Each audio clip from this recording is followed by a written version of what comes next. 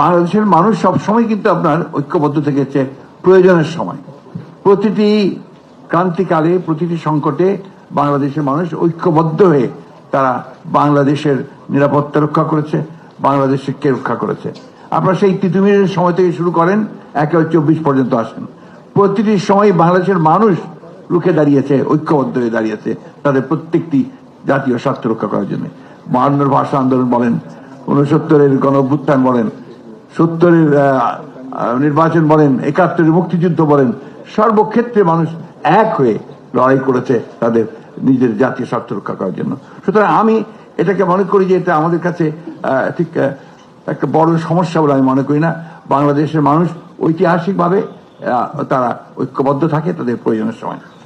মূল ব্যাপারটা হচ্ছে যে আসলে জনগণকে আপনাকে ক্ষমতায়িত করতে হবে, জনগণের সার্বভৌমত্বকে নিশ্চিত করতে হবে। যদি আমরা সেটা করতে পারি তাহলে আমাদের জাতীয় নিরাপত্তা নিশ্চিত হবে, আমাদের অন্যান্য বিষয়গুলো অত্যন্ত সহজ হয়ে আসবে। আমরা গণতন্ত্রই চর্চা করতে পারিনি ঠিক মতো, আমরা গণতন্ত্রকে চর্চা করতে গিয়ে প্রতি পদে পদে বাধা পেয়েছি। সেই জায়গায় আজকে আমাদেরকে একমত হতে হবে। আমার ধারণা যে আমরা সবাই ব্যাপারে একমত হয়েছি এবং অনেকে নেতিবাচক কথা বলছেন, আমি কিন্তু খুব ইতিবাচক দেখতে পাচ্ছি সামনে। বাংলাদেশের মানুষ তর্ক করছে, বিতর্ক করছে, আলোচনা করছে এবং তার মধ্যে দিয়ে কিন্তু তারা একটা জায়গায় এসে পৌঁছচ্ছে। এবং আমি বিশ্বাস করি যে আমরা এই আলোচনার মধ্য দিয়েই, তর্ক বিতর্কের মধ্য দিয়েই আমাদের সেই জায়গাটা আমরা পৌঁছবো যেখান থেকে আমরা সত্যিকার অর্থে আমাদের গণতান্ত্রিক প্রতিষ্ঠানগুলোকে নির্মাণ করবার জন্য একটা সঠিক পথ খুঁজে বের করতে পারবো। এখানে খুব ইম্পর্টেন্ট কথা যেটা আমরা মনে করি, যেটা সবাই বলেছেন, আসলে ডেমোক্রেটিক ইনস্টিটিউশনস গুলোকে আমাকে শক্তিশালী করতে হবে এবং এটাকে শক্তিশালী করতে যদি পারি তাহলে আমি জাতীয় নিরাপত্তাকেও আমি নিশ্চিত করতে পারবো এবং আমার অন্যান্য বিষয়গুলোকে আমি সামনের দিকে এগিয়ে নিয়ে যেতে পারবো।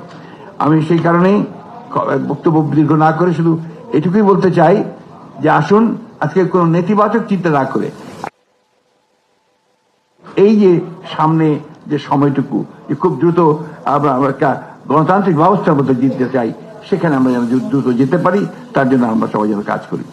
প্রশ্নটা হচ্ছে গণতন্ত্রে ফিরে যাওয়া, প্রশ্নটা হচ্ছে গণতন্ত্রের উত্তরণ ঘটানো, প্রশ্ন হচ্ছে যে গণতান্ত্রিক রাষ্ট্র ব্যবস্থা চালু করা। আপনারা রাষ্ট্র ব্যবস্থা মেরামতের কথা আমরা বলেছি, এটা তো অনেক আগেই বলেছি। আমরা আপনার সেই 2016 সালে আমরা রাষ্ট্র সংস্কারের কথা বলেছি, আমরা 2023 সালে 31 দফার কথা বলেছি যেখানে আমরা পুরো রাষ্ট্র সংস্কারের কথা বলেছি। কোথায় প্রবলেমগুলো হচ্ছে আমি বুঝতে পারি না।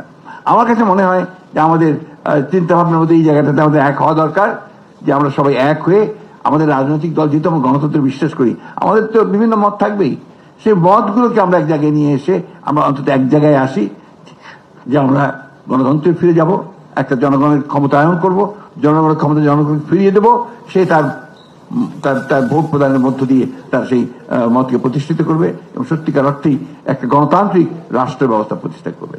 ধন্যবাদ।